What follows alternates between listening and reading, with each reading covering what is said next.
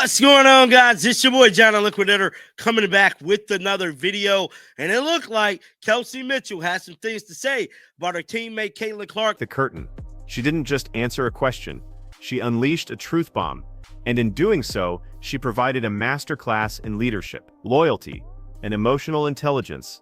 The cameras captured every syllable, every subtle inflection, and the WNBA universe is buzzing, trying to decode the layers. Is this a simple story of admiration, the quiet, and the current state of the WNBA? Guys, for this one here, we got to go all the way up to Indy. Let's get it. Let's go. Championship contending future of the Indiana Fever. She is not jealous. She is not bitter. And she is certainly not threatened.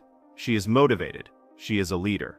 She is the steady, veteran heartbeat of a team on the verge of greatness.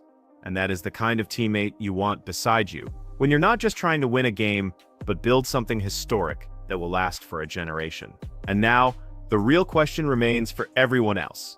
Will the rest of the league finally wake up and understand what they are dealing with? Or will they continue to underestimate the potent, world-beating power of I'm here to tell you guys, Kelsey Mitchell made a big-time appearance on ESPN, and it has simply broken the dam into a legitimate, terrifying contender. And every single person in that locker room knows that next year, with another year of growth and cohesion, could be even scarier for the rest of the league. The bottom line is this. Kelsey Mitchell's comments about Caitlin Clark were not just a series of nice quotes for a quick headline, they were a manifesto. They were a declaration of principles. It was a statement that she sees, understands, and embraces Clark's monumental impact, and that she is all in on the glorious champion internet. We seen the stellar performance Kelsey Mitchell had in her last bout going up against the Las Vegas Aces, and I've been telling y'all, bro, and I'm gonna keep on saying it. This is about building a legacy.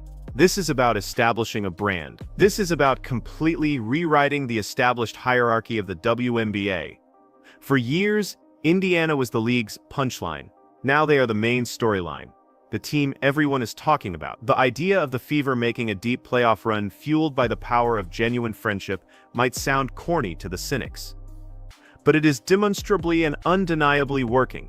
Mitchell believes in it, Clark fuels it, Boston anchors it, Hull grinds for it. Together, they have transformed a franchise that was a perennial disaster. Kelsey Mitchell came out that locker room with a belt full of spikes, and she put it over the booties of the Las Vegas Aces. I mean, she laid them over her lap. Empowerment, getting the bag, and prioritizing individual financial security above all else. One of the league's premier scorers is publicly signaling a willingness to sacrifice millions of dollars for the sake of continuity and chemistry. That is not normal. That is a throwback to a bygone era. That is why?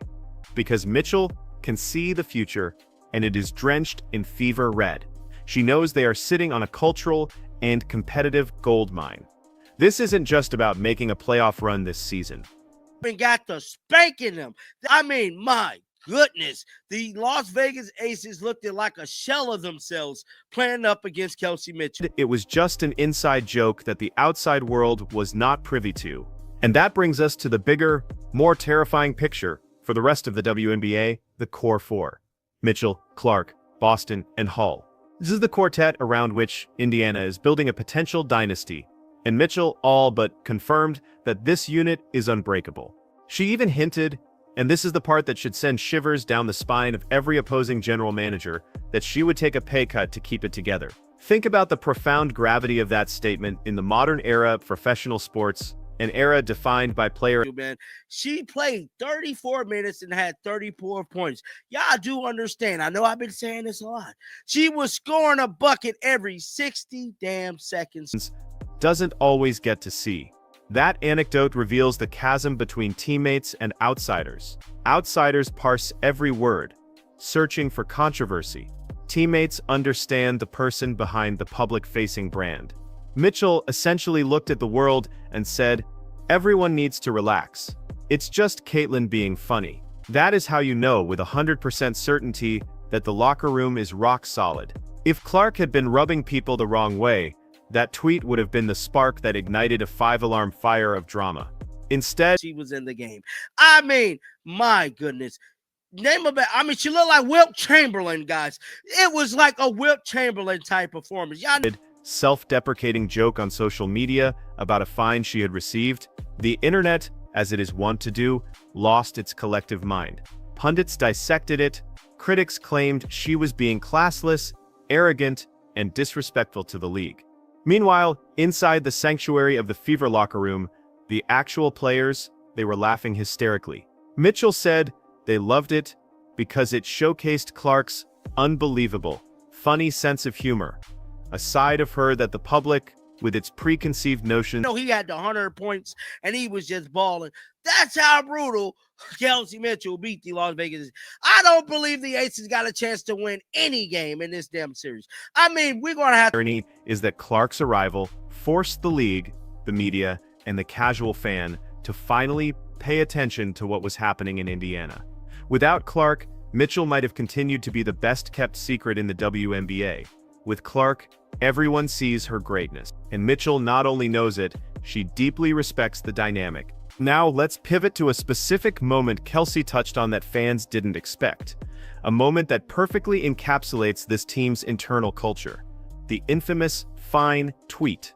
Remember when Caitlin Clark made a lighthearted to bring out the broom and dustpan to throw them in the trash because they're about to get swept, dog. I don't give a damn about none of that. A'ja Wilson, right?